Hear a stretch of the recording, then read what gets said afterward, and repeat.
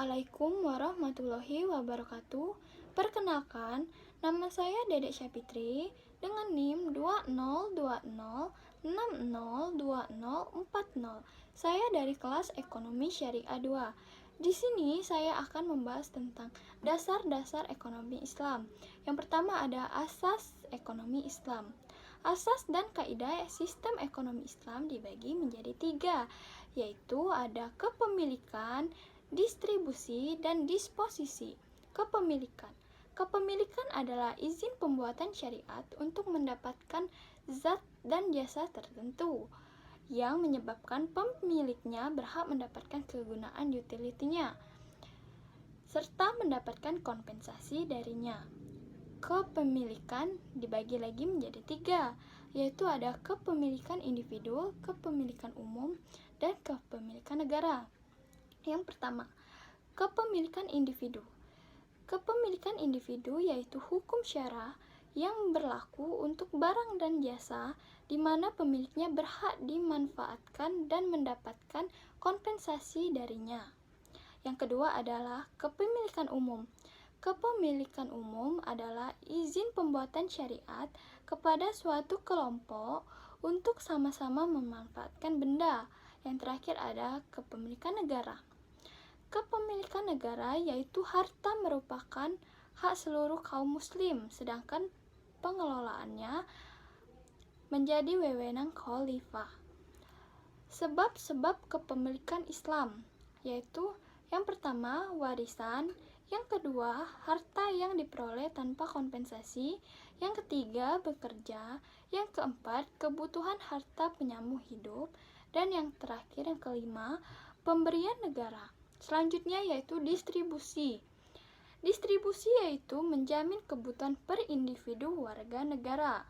Kemudian yang terakhir yaitu disposisi atau tasyaruf. Disposisi atau tasyaruf yaitu kepemilikan barang dan jasa, pengembangan hak milik, nafkah, dan infak. Disposisi dibagi juga menjadi 3, yaitu infak atau perbelanjaan, hukum syara dalam memanfaatkan barang dan jasa, kemudian pengembangan harta. Infak atau perbelanjaan. Infak atau perbelanjaan terdiri dari 2 faktor. Yang pertama adalah faktor hubungan. Contohnya yaitu seperti wasiat atau hadiah. Kemudian yang kedua yaitu faktor nafkah.